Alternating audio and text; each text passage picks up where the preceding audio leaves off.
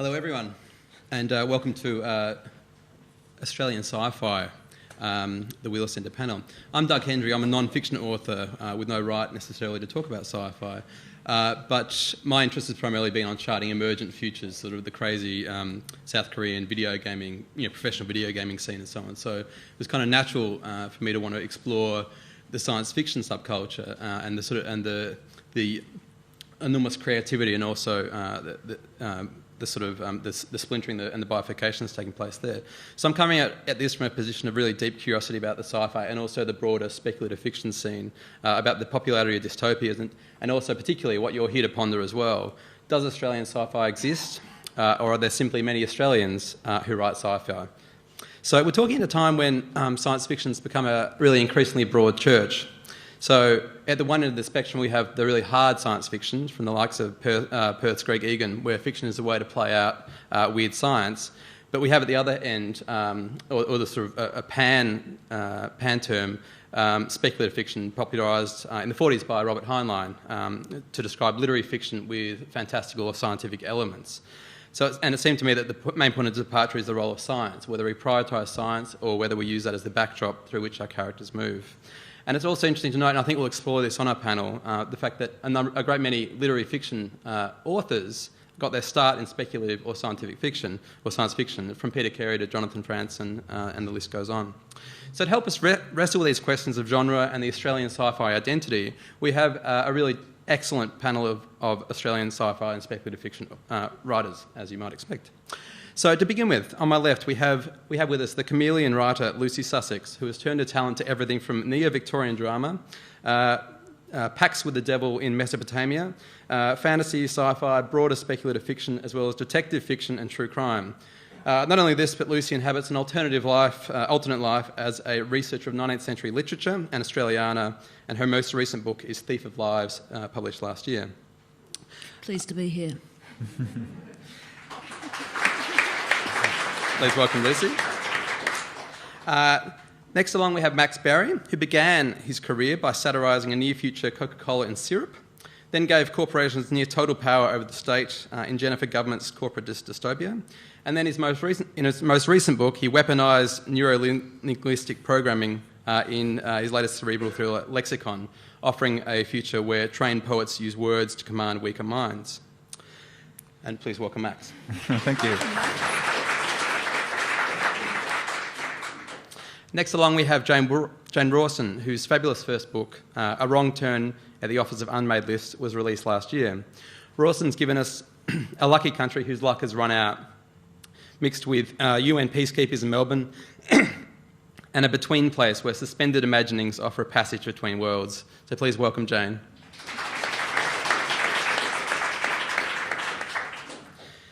And finally, we have Andrew Mcrae, who grew up listening to the B-doubles roaring up the Great Dividing Range and through his home streets of Toowoomba.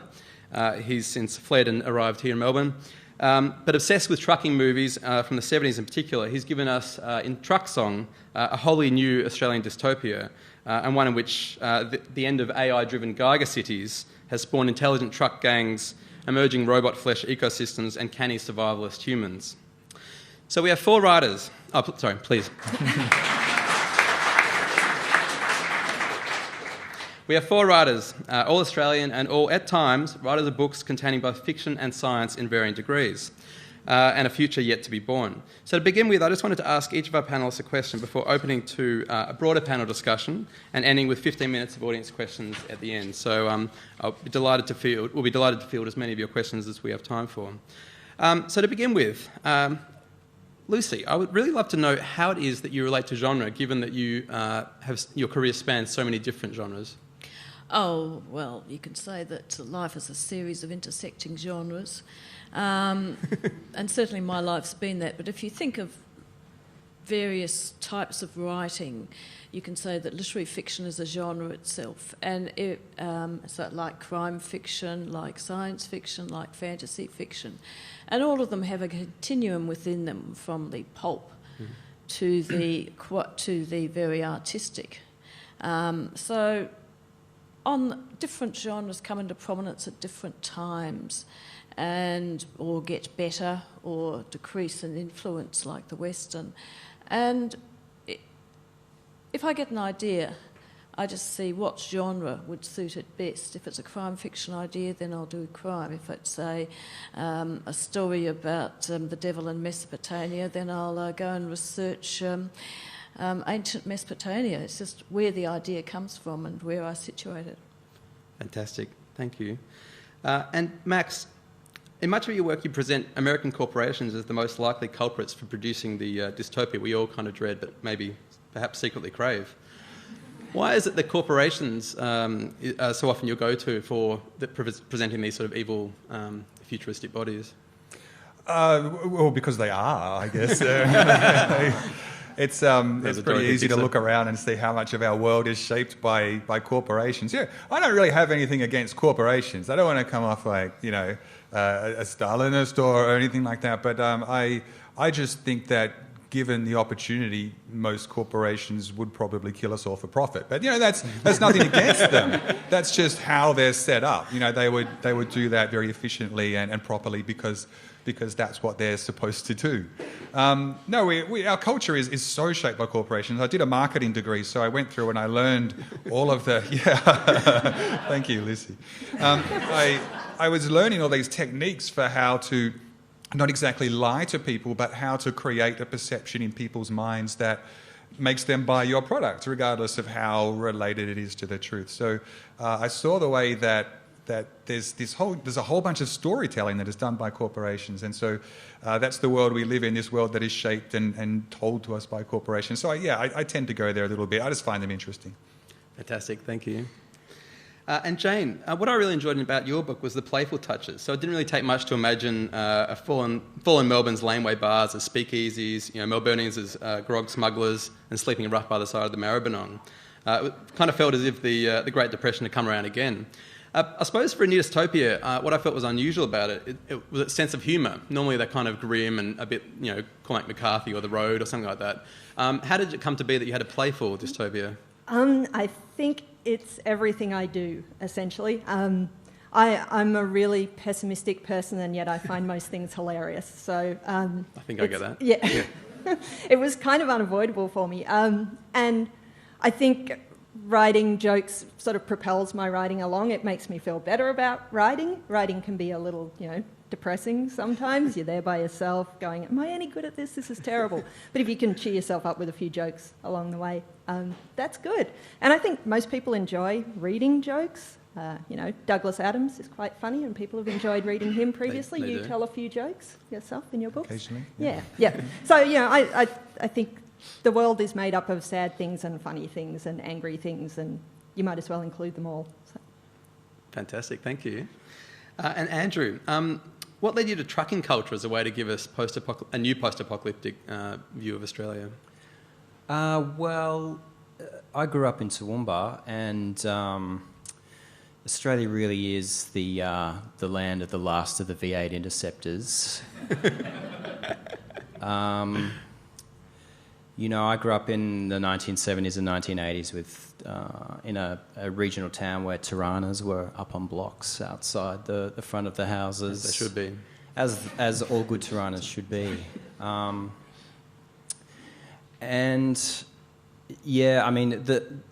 I guess also coming at it from the angle of 1970s trucking movies as well.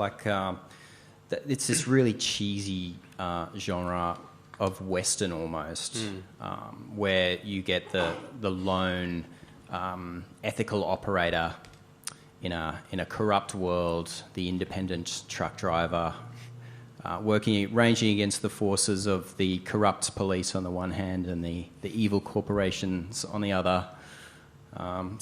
Trucks for me became this kind of ideal metaphor for the apocalypse. I can't believe no one got there first. No, I know. It's bizarre, isn't it? AI trucks. Yeah. Why aren't there more? Yeah. There are some really, for those who haven't come across it, there are some quite unusual romance scenes, I suppose, between AI trucks, which just, blew my tiny mind anyway. Trucks also like sex. Maybe I'll move on from there. All right, so now to throw out to the panel. The big one, okay. How do you relate to science fiction? Anyone like to go first? Oh, yeah, go, Lissy. Yeah, hit it. I suppose it's the area in which I was a depressed teenager in Townsville, North Queensland, and the only thing I wanted to read was science fiction because the world was going to come to an end, and it was sort of really satisfying to find out that the universe was going to be J.G. Ballard's The Voices of Time, that the universe was going to, the heat death of the universe would happen. This was great. So it gave me a deep taste for apocalyptic futures and dark goings-on. And although I haven't got a science degree, there's no reason why you can't write science fiction if you're a humanities person. All you do is you get a subscription to The New Scientist. And you just pick out the really good ideas from it that turn up every week, and the new things in technology, and you go, oh, wow. And it's such a fertile area in which to work, and there's so much going on, and there's so many alternate futures, new inventions, wonderful Paleolithic discoveries. I mean, just a few years ago, we all discovered we're part Neanderthal. Wow. And it's that sense of wow that I really relate to, and that sort of keeps me with one foot still in science fiction. Yeah, we really start out with science fiction and fantasy. Like when you're reading as a kid, it's all science fiction, really, isn't it? Like even if you go back to books with talking animals, it's the books that are about normal people living normal lives don't really come until they're forced on you by English teachers in high school. It's until then you're reading about space battles and Stephen King and all that. That's certainly how I got started, reading a whole lot of science fiction and fantasy. And I probably don't read nearly as much as I used to, but that was certainly where I started. And it's just that natural, I guess, extension of the question, what if, which is where all stories come from. What if this was like this? There's no hard line at which you go from a story that isn't science fiction into one that is, because they're all just what-if stories that are stretched a little bit further than others. And certainly for me as a writer, I never set out to write a sci-fi book. I just write a book and realise at some point that it probably is science fiction. Yeah, pretty similar for me. And I think, too, what you're saying about the sorts of books that you read when you're little are fantastical, and amazing things happen all the time, and there's so much potential for just fantastic stuff to happen to you in every corner of the world. And then that kind of shuts down, and you're like, this is how the world's meant to operate, this is how your life is supposed to be, please try and just follow along that. And I've always struggled with that a little bit. I think I'm always hoping there'll be something weird just around that corner, or behind that train track or whatever. And that's what's led me into the sort of writing I like to do, I think, which is exploring what if there was something weird there, then what? And then what if that, then what? Just a sort of dissatisfaction, I guess, with reality. Yes, I can definitely relate to that dissatisfaction with reality. It just doesn't seem like the future we were promised in the science fiction of our childhood. But there's an interesting comment in Damien Broderick's book Reading by Starlight, which is like an academic book on science fiction, and he talks about the imprinting process of science fiction. Like as kids, we're imprinted with... or people who go on to become science fiction readers are imprinted with this kind of primal science fiction experience. And if you miss that boat, like if you miss out on being imprinted with the science fiction and fantasy mode as a child, it can be quite mysterious to people coming at it later in life. And for me, that imprinting moment, I was thinking about this the other day, was my very first cinematic experience. My mum took me to see Storm Boy in 1977 to the Toowoomba Strand. And the preview coming attraction was Star Wars. So I'm 6 years old, I'm sitting in a darkened room, and the very first kind of giant image I see is the Star Wars aesthetic, the Star Wars universe. And I was hooked from then on, and just read everything I could get my hands on. But I was very definitely imprinted with that science fiction mode early on. I'd say that it's very hard to get away from science fiction in that it's all pervasive. It's in advertising, it's in so many tropes that you can't avoid having a basic knowledge, even if you're only an occasional watcher of Star Trek or Star Wars or any of that. you know what the tropes are, and you know about faster than light travel and time travel and Doctor Who and all the rest of it. Actually, for this panel, I went back and had a look at my recent reading list, and I had the feeling that I hadn't read much science fiction for a long time. But when I went back and looked at what I'd been reading, there were all these books like The Time Traveller's Wife that are, not space operas or anything, but are clearly science fiction, got time travel in it. They're very personal stories, and that's what I love about science fiction now, as opposed to when I was a bit younger.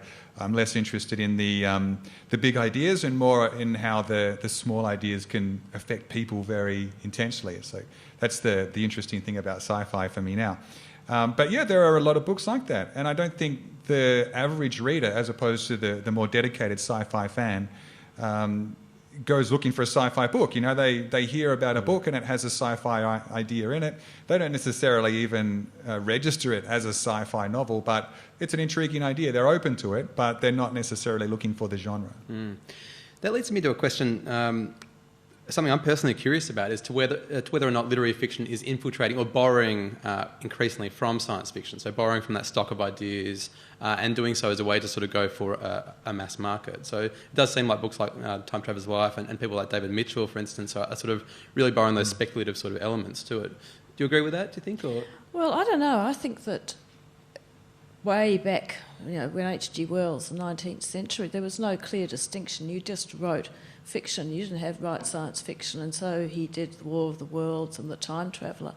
And there were any number of utopias produced in Melbourne and Australia in the 19th century, about the Yellow Peril, or what would happen if we had socialism in Melbourne, or if we went and destroyed the banks. I mean, really fun stuff like that. But there wasn't a clear distinction. And that really only arose with pulp fiction magazines in the 20th century. And I think we're getting back to that idea now, that you don't actually have to stick in the one area of fiction, that you can grab the ideas that you want. But there are some differences of approaches. Like a really hard science fiction writer would insist that everything has to be scientifically accurate, or would make their imagined world internally consistent, and other people would riff off on much more impressionistic notions.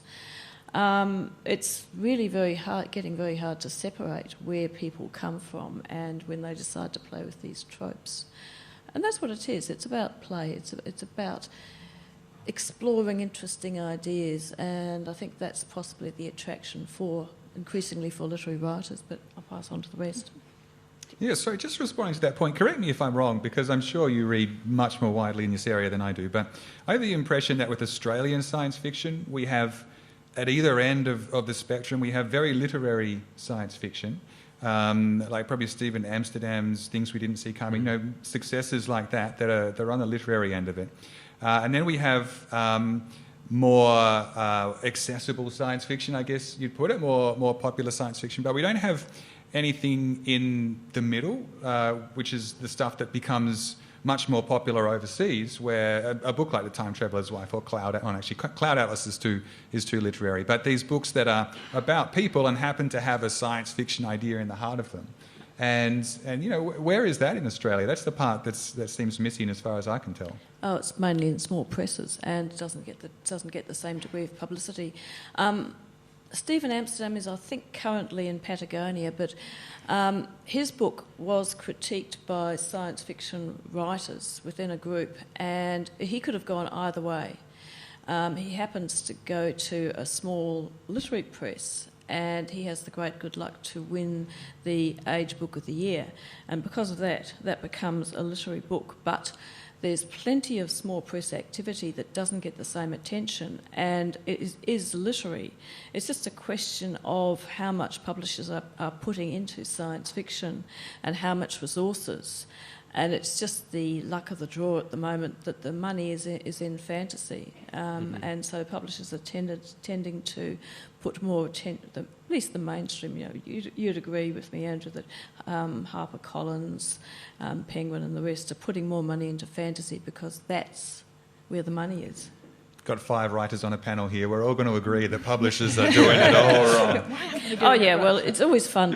It's always fun to criticise the publisher, Unless they're there. Yeah, that's right. Yeah, there isn't a lot of strength in Australian science fiction as such. Like a lot of Australian speculative fiction writers cross genres. I can't really, since Greg Egan, I can't really think of another hard Australian science fiction writer. I mean, I guess the point I'd like to make on that issue of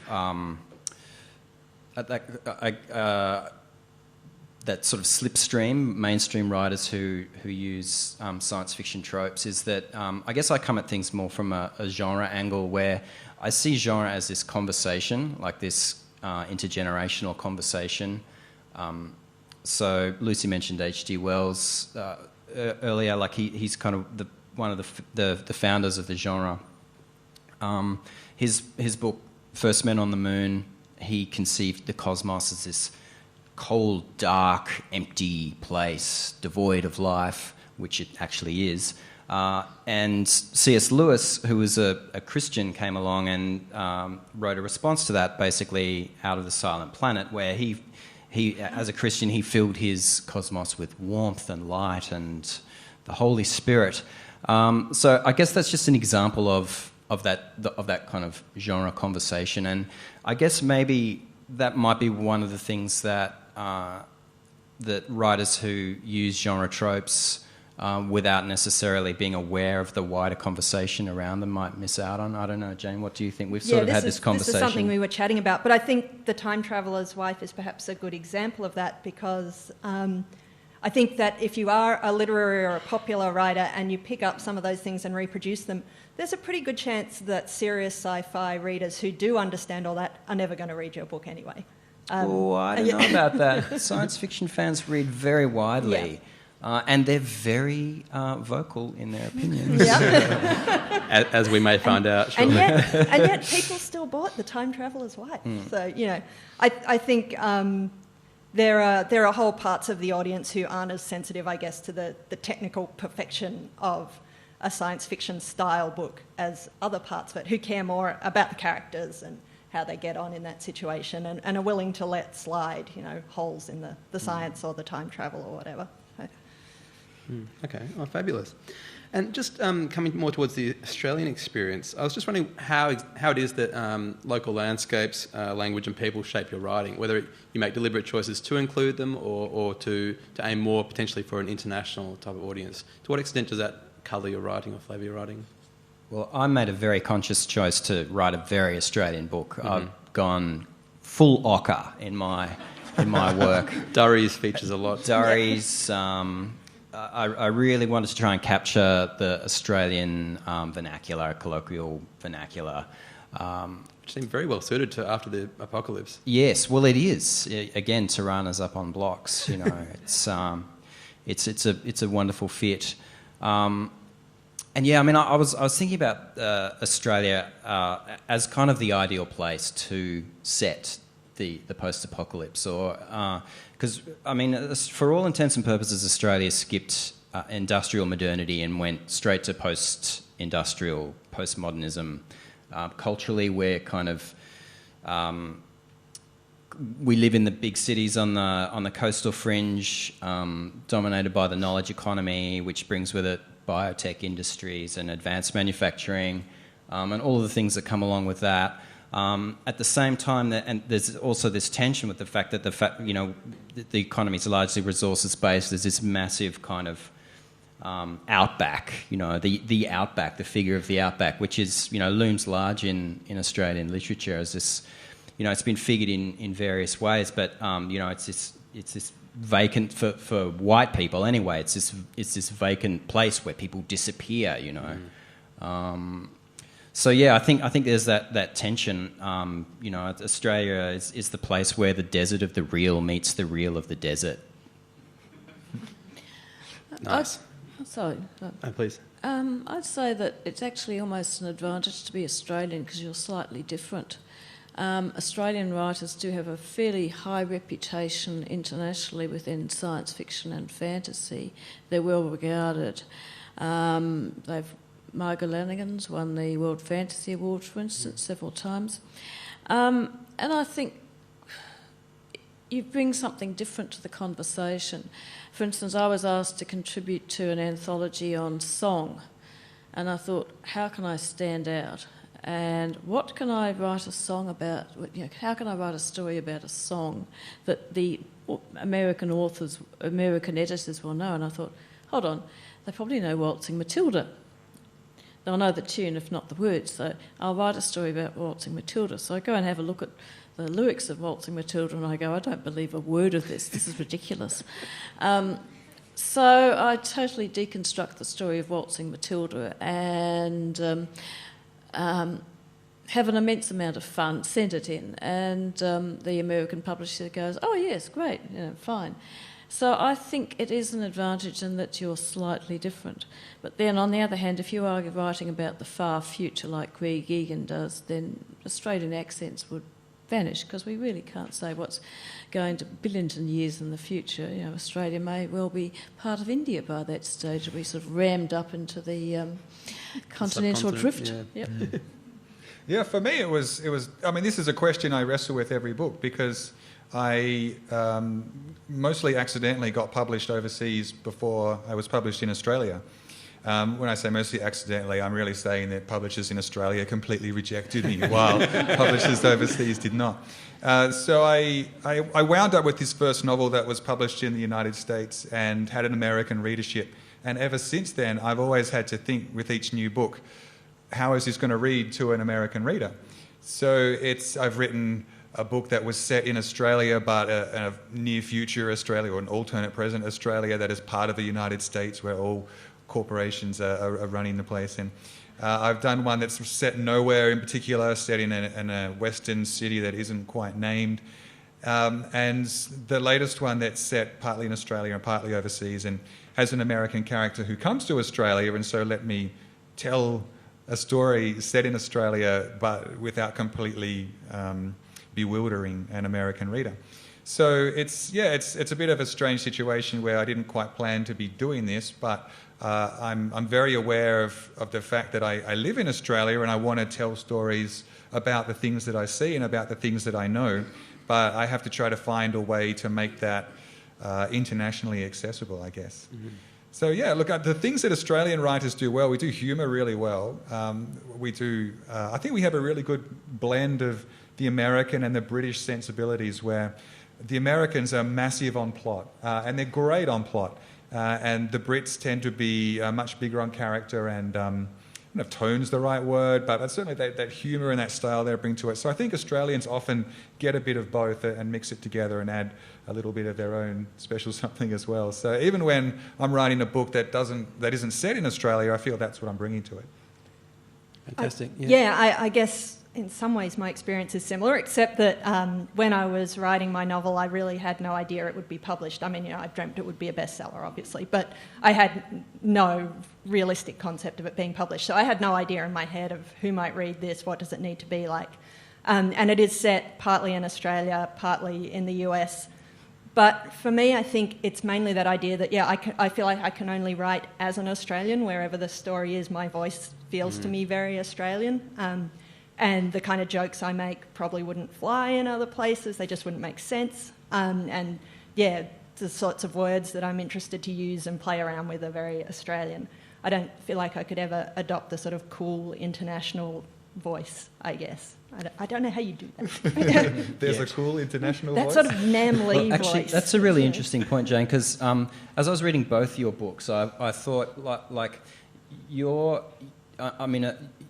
book couldn't have been written anywhere else other than Australia. You bring this kind of Southeast Asian influence to this post-apocalyptic, climate-changed Melbourne. It's kind of like Phnom Penh on steroids. That's kind of actually what it was. Yes.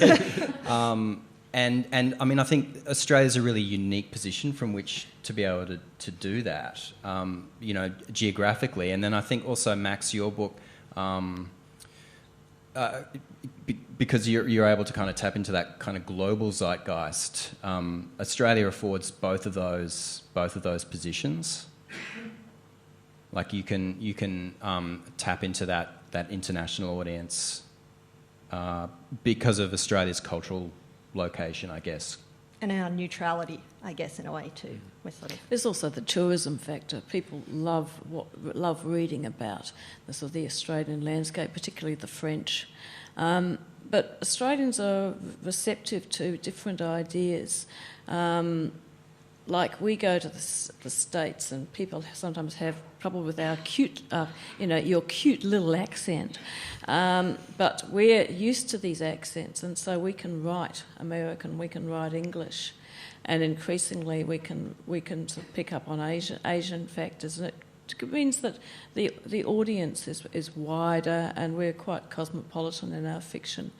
Whereas I think other cultures, it's not quite the same in that we're outside looking because we're in the middle of nowhere, and an empty continent, and so we have to engage with other readerships if we're going to survive as writers. Yeah, I think that's a really important point, actually, the fact that Australia is tiny, and if you're first of all, if you're an Australian, you're really aware of the fact that there are a whole bunch of other countries out there in a way that a reader in the United States and even the United Kingdom is not quite as aware, because there is so much in their own country. We get so many cultural influences from other places.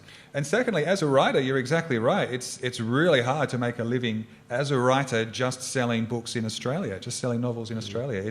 It's almost impossible. So if you are looking to make a career out of this, then being able to sell books in the UK and the US is massive. It helps you so much.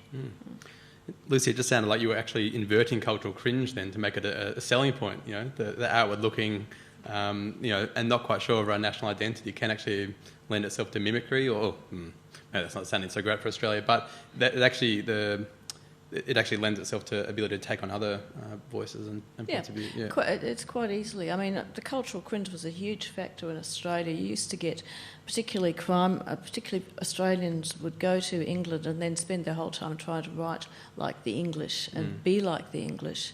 Then, but that situation has changed now. There is an interest in Australia that in some quite unexpected places, and it can be a real advantage in that you've got a different voice and you've got a different sensibility. Great, thank you.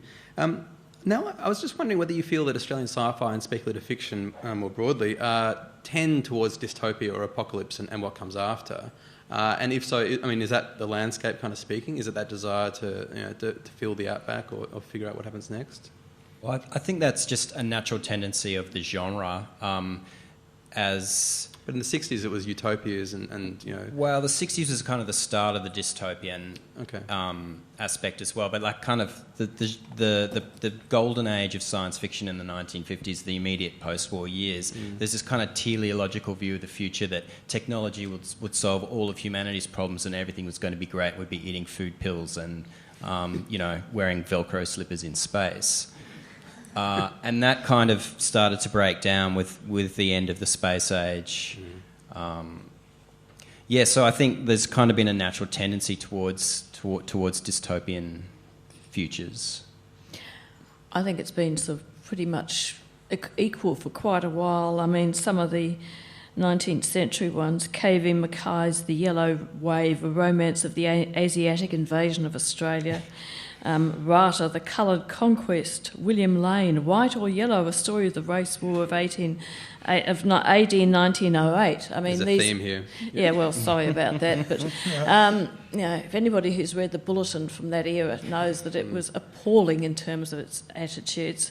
And these are all dystopias of what's going to happen, but at the same time, having looked at some of these, you get Sir Julius Vogel, Anno Domini 2000, or Women's Destiny. And so you've got the British Empire ruling the world with the Parliament being held in Melbourne. And the main character is the MP for Dunedin, New Zealand. And there's also the American president is a woman who has a teenage daughter but no husband.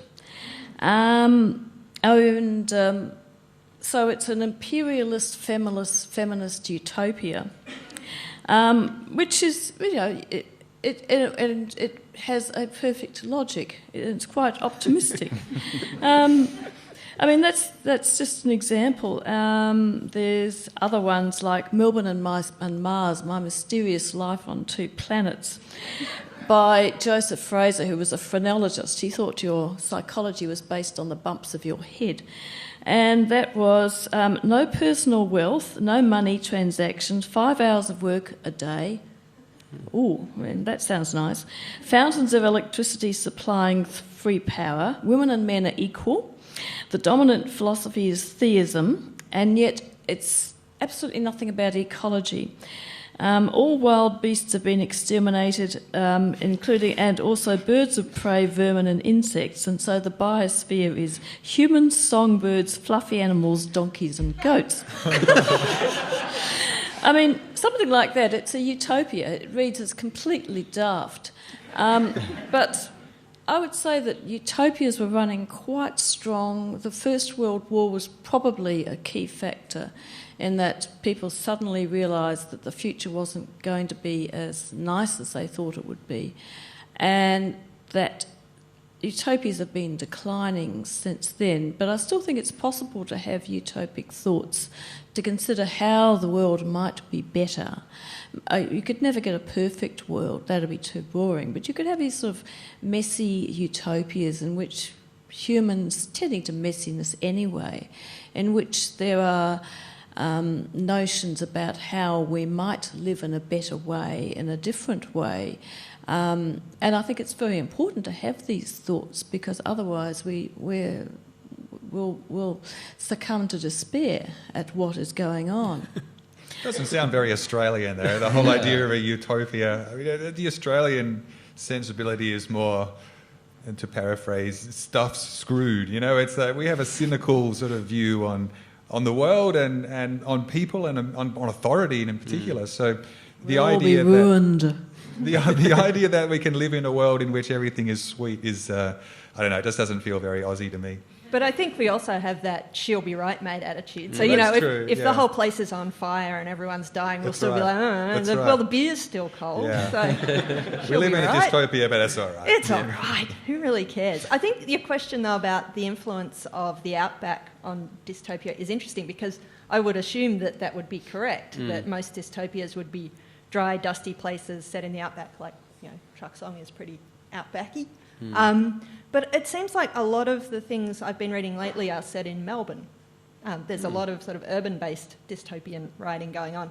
And I guess that's probably because most of us live in cities, I guess, and maybe that's why. But there's some really good city-based stuff, which I guess is also more international as well. Maybe is more sellable overseas. I don't know. Thoughts? Well, of course, there's one very great novel from 1987, George Turner's The Sea in Summer, which is about Melbourne in the greenhouse era. And I look at it and I think, oh yes, two classes, the sweet class and the swill class, and high-rise buildings, and it's an alarming but rather believable book. But it won both a science fiction award and was shortlisted for the Commonwealth Writers' Prize. And something like that has sort of slipped under the radar, but it would make an excellent film, and I think it should be made. That's like Melbourne dystopia, as we could be fast approaching. Yeah. Or there's something like, the Courier's New Bicycle, which maybe you've read. Kim Westwood. Yeah. Again, a Melbourne-based dystopia. Again, was, much lauded when it came out, shortlisted for a lot of things, and then has kind of just vanished again. But also would make a great film, set in a future where everyone has lost their fertility, and fertility is something that's bartered and sold, and any sort of gender difference is tried to be wiped out. It's a pretty great dystopia. Fantastic. And deliberately set in a city as opposed to the outback. Yeah, very urban. Yeah, right. Okay. Oh, interesting.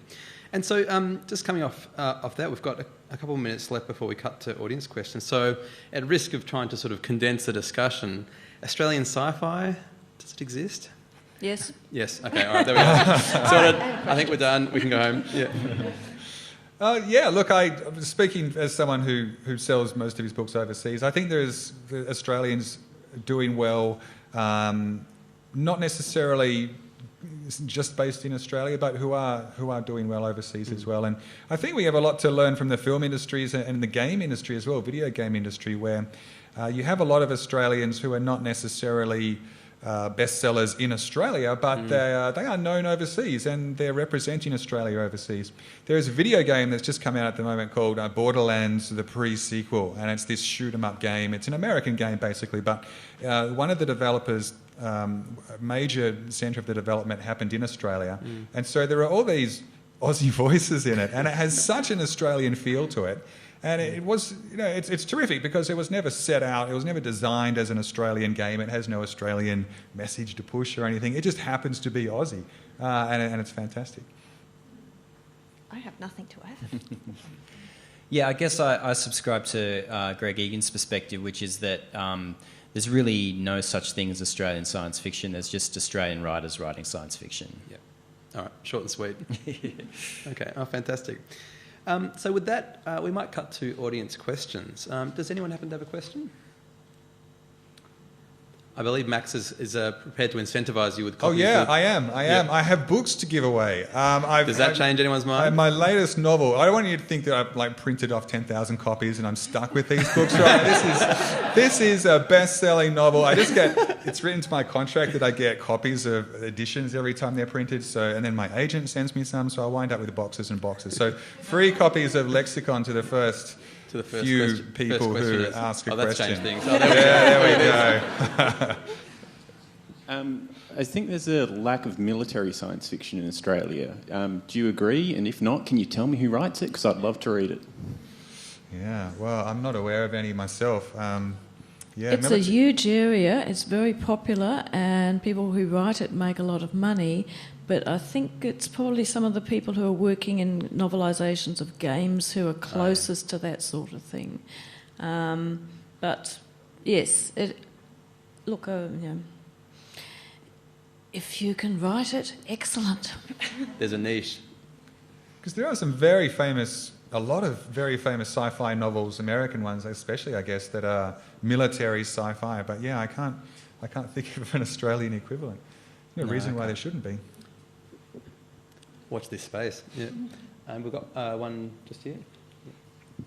Thank you. I was, as a non-Australian, I was wondering if, besides having a large yellow hole in the middle of Australia, you have very isolated cities. You could do and there's very few other countries where you've got population in about 6 centres and then practically nothing between. You really could do something to build on that. That would probably require an Australian to write it because nobody else has the same experience as that. And I'm just wondering if you come across stuff that relates to the sort of isolated patches of people hanging around the edges of this possibly soon-to-be flooded universe. There was an awful lot of books in the 19th century which were, you would get to the centre of Australia and there would be this wonderful civilisation. Of course, they'd be white. Or there's a bunch of mad scientists in the centre of Australia busy growing germs. I'm not making that up. There was The Germ Growers by Canon Robert Potter of St Paul's Cathedral actually did write such a book, or an inland sea and so there was this idea that the centre of Australia was this fantastic populated place if only we could find it, and it's a sort of great wish that never was discovered. That's exactly right, though. That is one of the really different things about Australia, that we have these towns of quite a lot of people, 5,000-10,000 people that are a million miles from anywhere. And in the book that you have just earned yourself a copy of, sir, I have, it's set in Broken Hill, which is, the more I researched this place, the more I was amazed by it, because it's a million miles from anywhere. There's a massive hole in the middle of it where they've just dug all this crap up and chucked it in great mounds next to the town. And so in my novel, a character goes there basically as punishment. She's banished to this place because it is like a prison in a sense. It's so isolated. I grew up in country Gippsland, so not the same sort of isolation as Broken Hill, but the feel you get from a small Australian town is pretty special. I didn't really enjoy it all that much as a teenager. You kind of yearn to get out of there and go somewhere where something is happening. But it does have an amazing feel to it, and I was happy to go back to it for the novel. I'm amazed there aren't more stories set in Canberra, where I grew up, which does That's have... a weird place. Yeah, which is a weird place. And it has a sort of undercurrent of weirdness. It feels haunted, basically, all the time. That's like someone's idea of a utopia, but there's something wrong. Something's wrong somewhere if someone could just put their finger on it. So Kim Westwood wrote a short story set in Canberra, Turning the Wheel. I reckon you'd love it. I'm going to read that right now. Well, Adelaide seems to have a disproportionate number of fantasy writers, and I can't help but speculate whether it's, I don't know, to fill the void. But I mean, I don't want to get, but it's so safe and comfortable that, you have to invent these fantastical other worlds. There's not some sort of city bashing, but it does beg the question. Okay, thank you. And we have one down here before,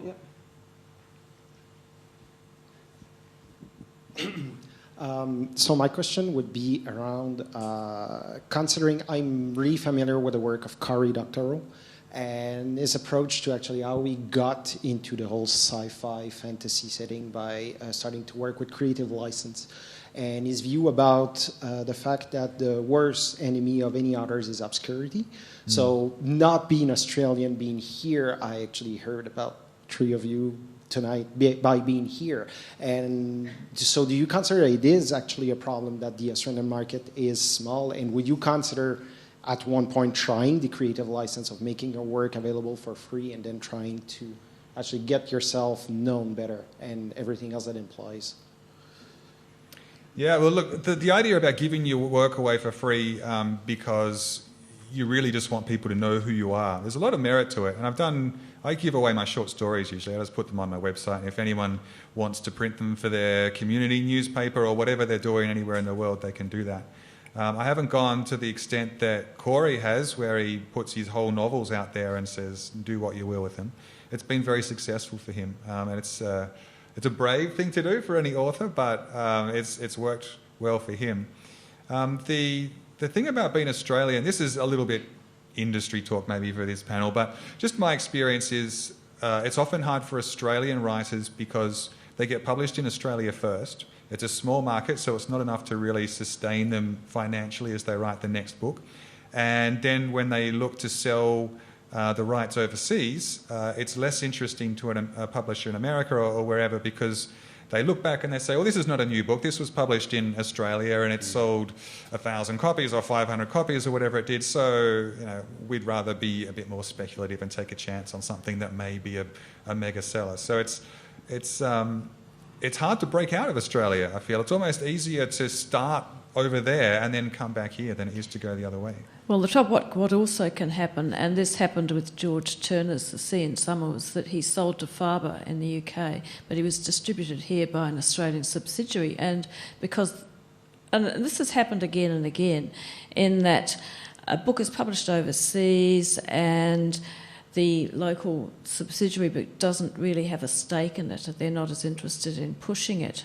So either you sell world rights, and I mean, I've had the experience of trying to on-sell something that has sold in Australia, and they say, oh, well, Australia's most of your market, and that market is gone because you've sold the Australian rights. I mean, this is the big problem in Australian writing, of trying to get an international feel, and it's very hard to break out of this attitude.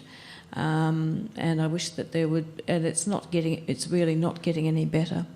I would absolutely give my stuff away for free, no worries. But I don't think the problem is people aren't going, oh, I really like that writer, but I'm not prepared to pay that money. No one's heard of me and no one cares. So I could put all my stuff out there for free, but no one's going to see it. I mean, I don't know how you would go about marketing your free stuff to the rest of the world, in among all the other masses of free stuff and 99-cent stuff there is out there. That's the thing, isn't it? Because it's actually not free. I mean, it costs the reader in time to read a free book, so the price is not necessarily the issue. Yeah, which is the challenge with Amazon. You're sifting through stuff, looking for nuggets of gold. Okay, great, thank you. And we had one here. Yeah. Cool. Hi. I was interested in a comment that you made about high school teachers. How do you think science fiction can be used in schools on the Australian curriculum with the new Ausfel's English that's come out? How would you recommend that high school teachers use it in their classroom? I think the high school teachers should set all our books on the high school curriculum. It's impossible to top that answer. Hard to argue with that one. Yeah. I guess, particularly as we were talking about dystopia and utopia, the idea of getting kids to explore what kind of a future they'd like to have, where they think we're heading with decisions that we're making now, is that where they want to go? If they have an idea of how they'd like the future to be, what decisions do we need to make now to get us there? And that's the sort of stuff that science fiction generally explores. That's exactly right. Yeah, and kids, teenagers are interested in this stuff, and apocalypses. Yeah. So, the whole range is there. Instead of trying to impose that sort of realist type of, have to be interested in the quotidian every day. I'm not actually sure what's on the book list now as opposed to 20 years ago when I went through. But, I read a lot of novels set in the English countryside from memory. Maybe it was just one novel that I hated so much. It feels like that was my entire schooling. Next book, Dystopia in the English countryside. Right, yeah. Fabulous. And we have one more up the back. Thanks. In terms of military science fiction, John Birmingham's World War trilogy. Oh, of course. Yes. Fantastic. Yeah. Forgot about that. Thank you. For that man. Do you think that, in fact, science fiction is the literature of the 20th and 21st century, so that's why so-called literary writers are now trying to grapple with the concept of writing something interesting for a change? Well, we're living in an age where technology is advancing so rapidly that it seems like the fantastical is going to become the possible. If not tomorrow, then the day after. So it probably does open more doors. And you think, well, this idea that would have been far-fetched and would have consigned my story to niche science fiction readers is now something that I can translate plausibly to just your typical reader. It just becomes a good story that has this element in it. So technology has just become part of our lives. And I think the challenge for a science fiction writer is to take the technology and to make it personal, to think about how it affects people. I often have, an idea, this may be happening in the world, or you look at your New Scientist magazine and there's been this discovery. And the challenge is to, take that and think, who is it going to affect and how? Which people does it put into what situation, and what choices does it force upon them? What instability does it bring to their lives? These sorts of things become good stories. Our lives have changed unimaginably in the 20th century, and they can only get stranger and wilder in the 21st century. So I do think we have a duty to write about what might be happening and what is likely to affect people. And apart from anything else, it's really interesting exploring the notions of technology and how the influence it has on people. So you stretch your brain when you're writing about these things. And interestingly, as more mainstream writers discover the utility of science fiction tropes, science fiction writers find it harder and harder to grapple with ideas about the future because it's just so radically contingent now that it's difficult to imagine what the world will look like in 30 years, whereas 30 years ago it was a little bit easier. So a writer like William Gibson is now basically writing novels that are set in the present. So I think that's an interesting phenomenon as well, that it gets, the extropian transhumanist field, the so-called singularity, it's almost impossible to imagine what something like that might look like. I mean, you take a risk. You always take a risk of getting things wrong, but it doesn't mean you shouldn't do it just because technology is moving so fast. It's the ideas that are coming from you in all directions, and you make a story of them, and that in that way you illuminate our current condition by looking into the future. And it's not really just technology either. It feels like culture is changing and social ideas. I mean, maybe it's always been like this. Certainly there were revolutions in the 60s and all this sort of stuff as well. But yeah, it feels like it is hard to keep up with the world. If you write near future, it becomes the present really quick. It's interesting how just as a side note, it's interesting how the focus has shifted away from space as the sort of the key technology, and now and computing was the one that people didn't so much see coming, and yet that one has been the one to totally transform our lives, to the point we have supercomputers almost in our pockets, So it's interesting that people, sci-fi writers are attempting to predict these futures, some of which come to pass, and others which are perhaps indefinitely delayed. That wasn't really a question so much as a comment. I've broken the golden rule. Yeah. I don't think anybody predicted the effect of the personal computers and what that would do to people's lives. And I don't even think the internet was particularly noted as an important force, but it is. Yeah, more of a comment, really. Thank you. Anyone else got one last question? We're going to have to battle it out down here. We've got one up the back, sorry. Okay. Is there a association for science fiction and fantasy writers in Australia on or off the internet where we can find you all? Go on, Lucy. This is yours. It's a funny area. There's an association of Australian horror writers. There's romance writers. There's crime writers. There's women crime writers. But there's not really an association of Australian writers, but there is a very healthy convention scene. So generally, as with conventions like Continuum or what's some of the others? Conflux is the Canberra-based one. Yeah. SwanCon in Perth, of course. There is, though, every year some very brave bloggers take on the task of interviewing every Australian working in speculative fiction that they can think of. So there's a speculative fiction snapshot. If you do a search for that on the internet, you'll come up with hundreds of people and interviews with them about what they're doing. It's pretty interesting. Sorry, I was just going to say there are lots of informal writing groups in speculative fiction. I don't know how you find them, but they're there if you Google hard. Kat might have an idea. Fantastic. And we might have time for one last question. Okay. It's down to one of you two. All right, who's it going to be? All right. That chivalry. Okay, first of all, to the English gentleman asked about distance around Australia, and Sean McCallum's Souls in the Great Machine really tackles that sort of post-apocalyptic sort of water levels rising. But what I wanted to ask was, does the genre of science fiction hurt our readership? Like, does having the label of science fiction for a piece of work, like you were mentioning Time Traveler's Wife, it wasn't marketed as science fiction, but it was, and it got to a wider audience. People I know who would never read science fiction had read that book, and then that got them into thinking about other things.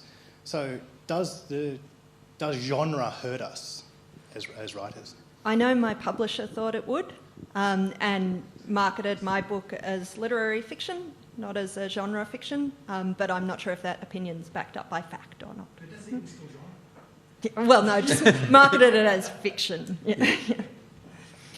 It can, if you have marketed as science fiction, it will reach a targeted audience. But if you want a wider audience, and this is an issue of the small audiences in Australia, then you try as widely as you can. And these days, if you're a fan of Margaret Atwood, for instance, she goes from crime fiction to science fiction to anything that she wants to. So I do think the labels are breaking down a bit. But a comment about Karen Joy Fowler, who was speaking at the Wheelers Centre not so long ago. That same night she spoke at the Wheelers Centre, she discovered she'd been shortlisted for the Booker. And a comment was made to her, well, they've finally forgiven you for writing science fiction. Yeah, look, it's a tough one, and I often have the question as well whether to market a book as sci-fi or not, when it's a book that technically is science fiction, but is not blatantly so.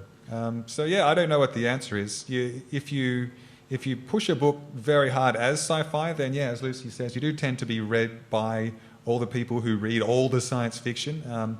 Whereas if you shotgun it more widely, then maybe you get some penetration and maybe you don't. So I don't know. I guess it's a marketing exercise, and it's really up to the people who figure out how to sell books rather than the people who try to write them.